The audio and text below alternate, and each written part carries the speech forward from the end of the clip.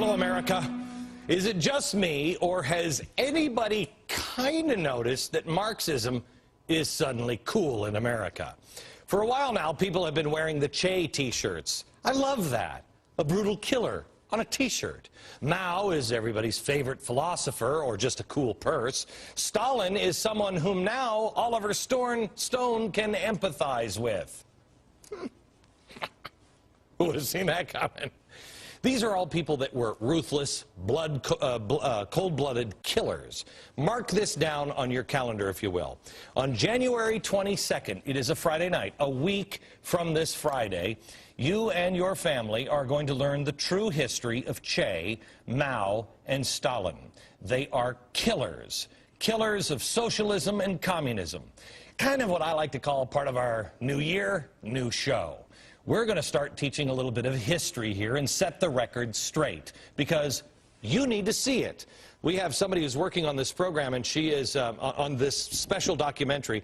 I walked into her office the other day, and they were editing, and I said, "How you feel about this?" She said, and this is a quote, "Glenn, I have my master's in history, and quite frankly, excuse the language, I'm pissed off."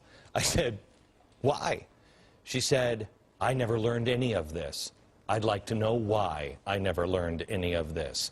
We have video that you most likely have never seen before. I don't think any of this has been played on American television before. I don't know if it's ever been played on television. You are going to see things that you will never, ever forget. And once you see it, more people will wonder what I'm wondering tonight. Why is it that nobody seems to be paying any attention to the similarities that we're seeing now between what Hugo Chavez has been doing in Venezuela and what is happening here in America? Let me ask you this question. When has Marxism and/or socialism ever led to job creation? Oh, sure, we've had the moves towards socialism, and they've helped a lot, right? Yeah, no, they haven't. The jobless numbers came out on Friday. We're still 10%, okay? That's including the expected rush of December hiring for Christmas.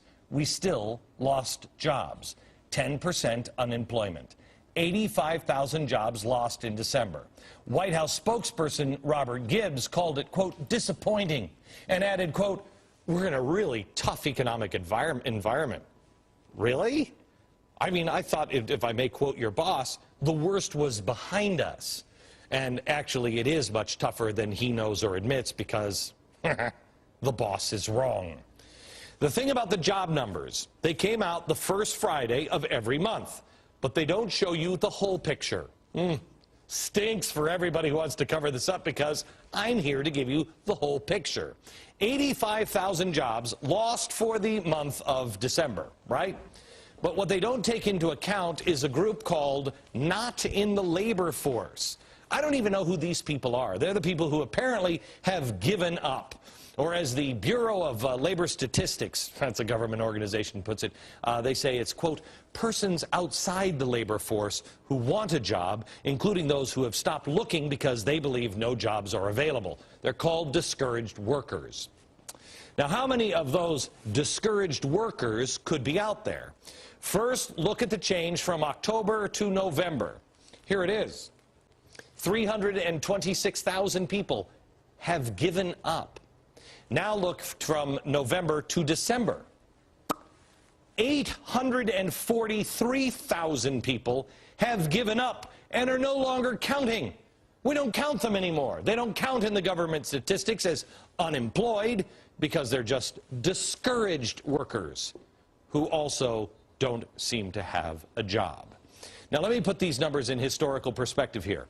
This next chart comes from Henry Blodgett's Business Insider. It shows us unemployment as a percentage relative to the peak unemployment month, okay? This is opposed to number of jobs lost. Basically what it is it compares apples to apples, because there were more people that were working, 50 years ago, more people working now than there were 50 years ago, because we've grown in population, et cetera, et cetera. All right. First number is, let's show the recession percentage-wise in 1948. There it is. The percent of job losses in this recession. Got it? Here's the recession in 1974. Remember how bad that felt? Now you can put the Great Depression into context, can't you? This was bad. Imagine what this felt. Now here's a recession in 1980. Here's a recession in 1981. That's bad. Now here's the recession that began in 2007. Here we are. We haven't hit bottom. There's no uptick here. Notice how even the Great Depression, uptick, down, uptick, then it's up. Look at how long this has been going on, and we're still trending down.